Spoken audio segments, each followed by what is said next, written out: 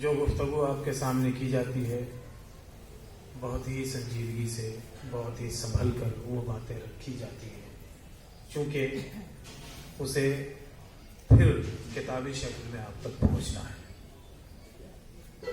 فرق یہیں پہ ہے۔ ایک تقریر ہے، شام کو ہوئی، رات کو ہوئی، جتنا ذہن میں رہ سکا رہا، پھر آگے کی کوئی ذمہ داری نہیں۔ سیمینار کا فائدہ یہ ہوتا ہے کہ آپ کے سامنے پیش کرتے ہوئے جو آپ کے ذہن میں بات جا سکی وہ جا سکی، اور اس کے بعد چونکہ وہی باتیں تحریر میں بھی موجود ہیں، اس لیے جو حضرات اس میں کسی طرح کا شک شبہ، کسی طرح کا سوال، اس طرح کی باتیں ہوں تو وہ پھر اس تحریر سے فائدہ اٹھا سکتے ہیں۔ بہت اہم بات ہے کہ حضور دادا میاں کی خانقاہ میں حضرت خواجہ سباہت حسین صاحب کی زیر نگرانی سیمینار کا رواج قائم ہے۔ اللہ تعالیٰ اس علمی سفر کو بہت دور تک لے جائے، آمین۔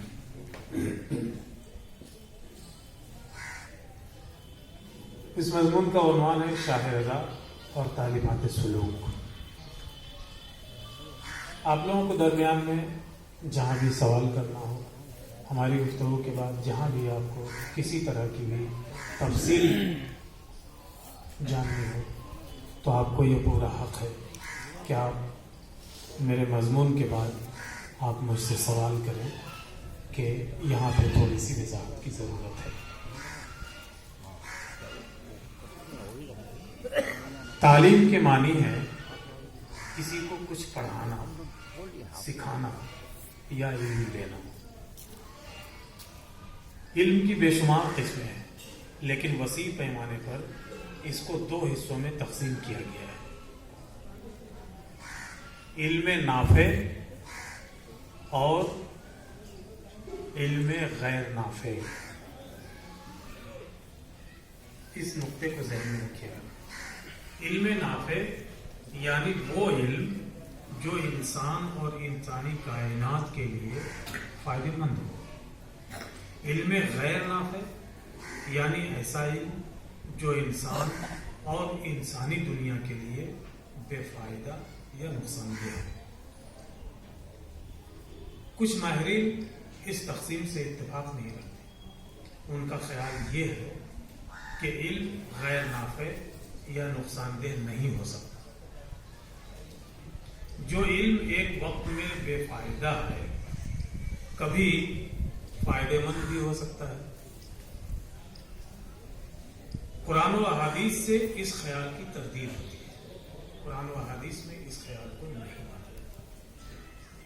قرآن نے بہت سے علوم کو نقصان دہ قرار دیا ہے، بہت سے علم کو نقصان دہ قرار دیا ہے، مثلا جادو اور سفلی علم وغیرہ۔ سورہ بقرہ کی ایک طویل آیت کا ٹکڑا ہے، وَيَتَعَلَّمُونَ مَا يَضُرُّهُمْ وَلَا يَنفَعُهُمْ۔ وہ لوگ ایسا علم سیکھتے ہیں جو ان کے لیے نقصان دہ ہے، نفع بخش نہیں ہے، فائدہ مند نہیں ہے۔ اس سلسلے میں ترمذی شریف کتاب الدعوات میں پیارے نبی صلی اللہ علیہ وسلم کی ایک دعا سے بھی رہنمائی ملتی ہے۔ اللہ کے رسول یہ دعا اکثر پڑھا کرتے تھے، کیا کرتے تھے کہ اللہم انی اعوذ بک من قلب لا یخشع ومن دعاء لا یسمع ومن نفس لا تشبع ومن علم لا ينفع اعوذ بک من هؤلاء الاربع۔ اے اللہ، میں تجھ سے ایسے دل سے پناہ مانگتا ہوں جس میں عاجزی اور انکسار نہیں، اور ایسی دعا سے پناہ مانگتا ہوں جو مقبول نہ ہو، اور ایسے نفس سے پناہ مانگتا ہوں جو کبھی سیر نہ ہو، اور ایسے علم سے پناہ مانگتا ہوں جو کبھی فائدہ نہ دے۔ میں ان چاروں سے تیری پناہ مانگتا ہوں۔ گویا علم کی دو قسموں نافع اور غیر نافع سے انکار نہیں کیا جا سکتا۔ اس حدیث پاک کو پیش کرنے کا مقصد یہ ہے کہ اس میں تعلیمات سلوک کے مقاصد کی پنہاں ہے۔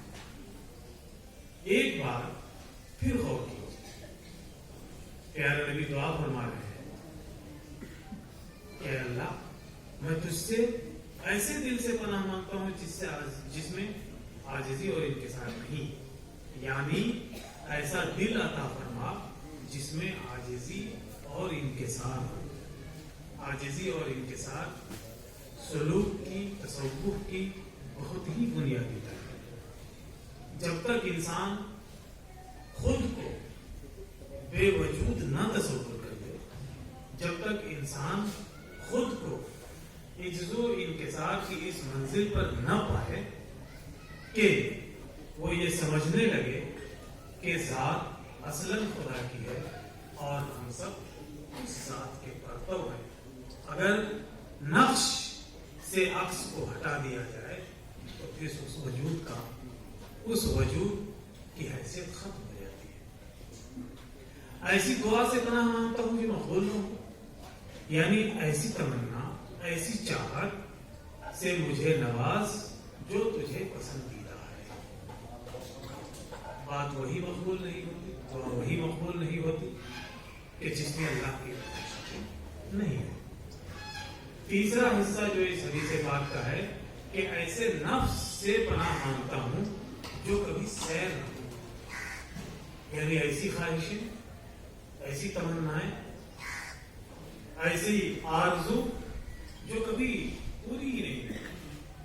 اسی میں دنیا طلبی شامل ہے کہ دنیا کی طرف ہم آگے بڑھتے ہی چلے۔ اس کا آخری حصہ ہے ایسے علم سے پناہ مانگتا ہوں جو کبھی فائدہ نہ دے، وہ علم جو انسان کو فائدہ نہ دے سکے، وہ علم جو انسان کی دنیا کو خوبصورت نہ بنا سکے، وہ علم جو انسان کی دنیا کو سجا نہ سکے، سنوار نہ سکے، ایسے علم سے پناہ مانگتا ہوں جس سے دنیا بدصورت ہو جائے، جس سے دنیا کو نقصان پہنچے، جس سے یہ دنیا بدترین ہو جائے، ایسے علم سے پناہ مانگنا چاہیے جو علم اللہ کی طرف سے، علم نافع سے مالا مال ہے۔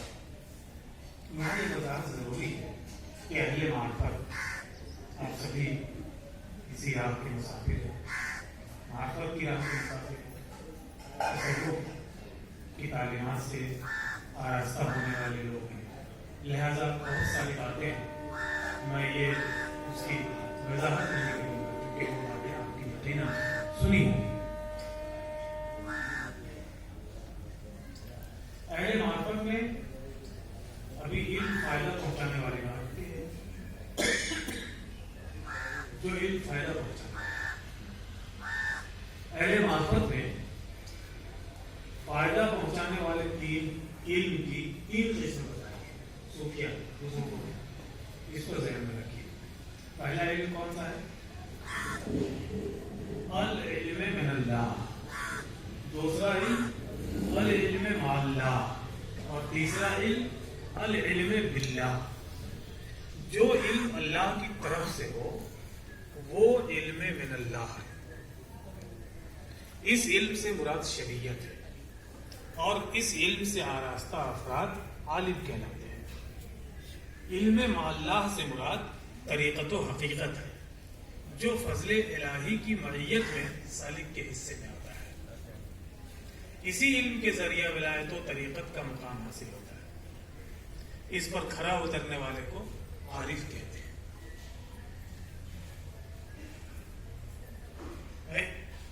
اس تمہیدی گفتگو کی روشنی میں شاہ رضا کی تعلیمات سلوک کا مرکز و محور سمجھا جا سکتا ہے۔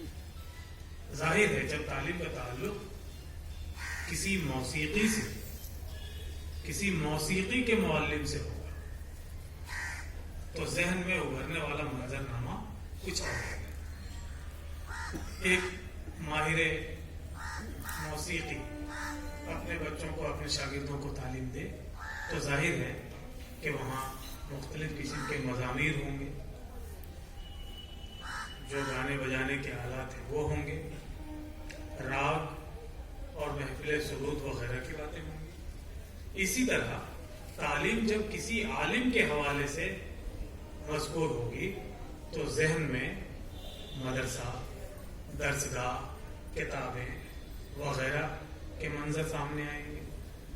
لیکن بات جب شاہ رضا جیسے ولی کامل، مرشد حق اور رہنمائے طریقت کی ذات سے منسوب ہوگی تو جو منظرنامہ خلق ہوگا اس کی کیفیت جدا گانا ہوگی۔ ذکر و فکر، مراقبہ، مشاہدہ، عبادت، تو یہ عبادت، ریاضت، ورد و وظائف، حلقہ جیسے امور خود بخود ذہن و فکر کا حصہ بننے لگیں گے۔ تعلیم کے ساتھ لفظ سلوک بھی شامل ہو تو یہ کہنے کی ضرورت ہی نہیں کہ ایک ایسی راہ پر چلنے اور چلانے کی بات ہوگی جہاں لفظ کی حیثیت صرف آواز کی نہیں ہوتی بلکہ لفظ شخصیت اور عمل میں جذب ہو کر اپنے معانی ظاہر کرنے لگیں گے۔ کیا کہنے کا یہاں ذرا سی وضاحت میں کرنا چاہتا ہوں۔ تعلیم اسکول میں بھی ہوتی ہے، تعلیم کالج میں بھی ہوتی ہے، تعلیم مدرسے میں بھی ہوتی ہے، تعلیم دوسری جگہوں پہ بھی ہوتی ہے، الگ الگ تعلیم ہوتی ہے۔ اسکول کی تعلیم کے ساتھ ٹیچر کو اس سے کوئی مطلب نہیں ہوتا کہ میں نے جو علم بچے کو دیا اس علم کے مطابق یہ بچہ ڈھل جائے۔ ٹیچر کا مقصد ایک نالج، ایک معلومات بچے کے دماغ میں ڈال دینا ہے، بچے کو ایگزام دینا ہے، اس کو پاس ہو جانا ہے۔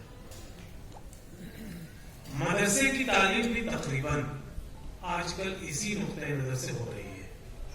مدرسے میں بھی میں بہت ذمہ داری کے ساتھ یہ بات عرض کرنا چاہ رہا ہوں کہ علماء کرام کے لیے یہ بہت لمحہ فکریہ ہے کہ مدرسے کی بھی تعلیم اب صرف علم کو کسی کے ذہن و فکر میں ڈال دینے کا نام رہ گیا ہے۔ مدرسے کی تعلیم میں وہ بات نہیں پائی جا رہی ہے جو 200 سال 300 سال پہلے تھی۔ اب علم حاصل کر لینا ہے، اس علم سے شخصیت میں کیا بدلاؤ آیا اس سے کم مطلب رہ گیا ہے۔ لیکن صرف اور صرف پیر و مرشد کی تعلیم ایسی ہوتی ہے، بزرگوں کی تعلیم ایسی ہوتی ہے کہ جہاں مقصد اپنے مرید کے دماغ میں علم کا خزانہ انگیلنا نہیں ہوتا بلکہ ان کا بنیادی مقصد ہوتا ہے کہ انہیں ایک لفظ سکھایا جائے تو وہ ایک لفظ ان کے کردار میں بھی نظر آئے۔ کیا کہنے بھائی، واہ! یہ صرف ذہن میں معلومات نہ اکٹھا کرے بلکہ اس کی حیثیت یہ ہو کہ جو بھی انہیں سکھایا جائے وہ اس کے کردار سے ظاہر ہو، اس کے عمل سے ظاہر ہو، اس کی باتوں سے ظاہر ہو، اس کے چلنے، پھرنے، بولنے، ہنسنے، ہر طریقے میں وہ تعلیم نظر آئے۔ یہ صرف صوفیہ کا مقصد ہوتا ہے۔ صرف آواز کی نہیں ہوتی بلکہ لفظ شخصیت اور عمل میں جذب ہو کر اپنے معانی ظاہر کرنے لگیں گے۔ چونکہ سلوک ایسی تعلیم سے عبارت ہے جس میں راہ کے بارے میں صرف جاننے کی بات نہیں ہوتی۔ یاد رکھیے، سلوک کے ایک معنی راہ کے بھی ہے، راستہ کے بھی ہے، جس میں راہ کے بارے میں صرف جاننے کی بات نہیں ہوتی بلکہ راہ پر چلنے کی بات ہوتی ہے۔ ایسی راہ جو قرب حق، فنائے بشریت اور بقائے الوہیت کی منزل طے کرتی ہو۔ سلوک کے معنی جب تصوف کی روشنی میں دیکھتے ہیں تو ایک ایسے راستے کے ہیں جس پر چل کر سالک مجاہدہ، ریاضت، اتباع سنت کے ذریعہ اللہ تعالی کا قرب اور وصل حاصل کرتا ہے۔ شاہ رضا علیہ رحمۃ الرضوان کی زندگی کے مختلف گوشوں اور ان کے فرمودات کا مطالعہ کیجیے تو اندازہ ہوتا ہے کہ وہ ایک ایسے روحانی معلم ہیں جو طالبان حق کے لیے نصاب کی بھی حیثیت رکھتے ہیں، کتاب کی بھی حیثیت رکھتے ہیں اور متن کی بھی حیثیت رکھتے ہیں. اسے ذرا سا سمجھ لیجیے. کہیں بھی تعلیم دی جاتی ہے تو اس سے پہلے ایک سلیبس بنایا جاتا ہے، اس سلیبس کے مطابق کتاب بنائی جاتی ہے اور پھر اس کتاب میں ٹیسٹ ڈالا جاتا ہے کہ اس میں یہ چیزیں ڈالنی. لیکن جب ایک صوفی تعلیم دیتا ہے، ایک فقیر تعلیم دیتا ہے، ایک مرشد تعلیم دیتا ہے، تو وہاں اس کی حیثیت ٹیکسٹ کی بھی ہوتی ہے، متن کی بھی ہوتی ہے. وہاں اس کی حیثیت کتاب کی بھی ہوتی ہے. وہاں اس کی حیثیت ٹیچر کی یعنی استاد کی بھی ہوتی ہے. وہاں اس کی پوری حیثیت ایک مدرسے کی، ایک اسکول کی ہوتی ہے، جہاں پہ نصاب پیارے رسول کا چلتا ہے، جس نصاب کو وہ مرشد اپنے آپ میں جس نصاب کے مطابق ڈھال چکا ہے، جس سلیبس کے مطابق وہ مرشد اپنے آپ کو ڈھال چکا ہے. اب اس کی حیثیت کتاب کی بھی ہوتی ہے. پھر وہ مرشد جب کچھ کہتے ہیں تو آپ ان کے چہرے کو دیکھتے ہیں.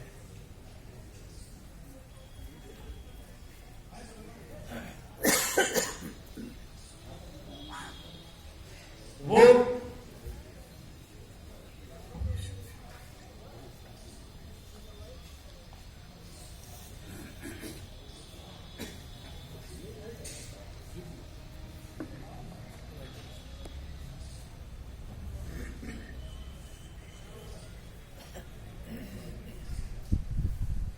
میں عرض کر رہا تھا کہ پیر و مرشد جب گفتگو کرتے ہیں تو آپ کی نگاہ ان کے چہرے پہ ہوتی ہے، ان کی آنکھوں پہ ہوتی ہے. مقصد یہ ہوتا ہے کہ لفظ جو ان کی زبان سے ادا ہوتے ہیں وہ ہماری سماعت کے ذریعے، ہمارے کان کے ذریعے ہمارے دل تک پہنچتے ہیں. لیکن ساتھ میں جب آپ ان کے چہرے کو دیکھتے ہیں، ان کی نگاہیں آپ کو دیکھتی ہیں، تو وہ لفظ صرف ہمارے دل تک پہنچتے نہیں بلکہ وہ لفظ اپنی پوری اثر آفرینی کے ساتھ، اپنی پوری طاقت کے ساتھ، اپنی پوری روشنی کے ساتھ ہمارے دل و دماغ پر اثر انداز ہوتے ہیں. اسی لیے صحبت کی اہمیت ہے، یعنی اپنے پیر و مرشد کی صحبت اختیار کیجیے، ان سے قربت اختیار کیجیے. شاہ رضا علیہ رحمہ و رضوان کی زندگی کے مختلف گوشوں اور ان کے فرمودات کا مطالعہ کیجیے تو اندازہ ہوتا ہے کہ وہ ایک ایسے روحانی معلم ہیں جو طالبان حق کے لیے، طالبین حق کے لیے نصاب کی بھی حیثیت رکھتے ہیں، کتاب کی اور متن کی بھی حیثیت رکھتے ہیں. یہاں یہ نقطہ ذہن میں رکھنا چاہیے کہ اس روئے زمین پر بنی نوع انسان کو حق سے آشنا کرانے کے لیے لاکھوں اولیاء اللہ تشریف لائے. بہت اہم بات میں آپ سے عرض کرنے جا رہا ہوں. لاکھوں اولیاء اللہ تشریف لائے، لیکن بہت کم ایسے ہوئے جنہوں نے تعلیم کے لیے کتاب کو ذریعہ بنایا. بزرگوں کے یہاں کتابوں سے تعلیم لینے کا سلسلہ بہت کم رہا، یا پھر یہ کہ کتابیں لکھ کر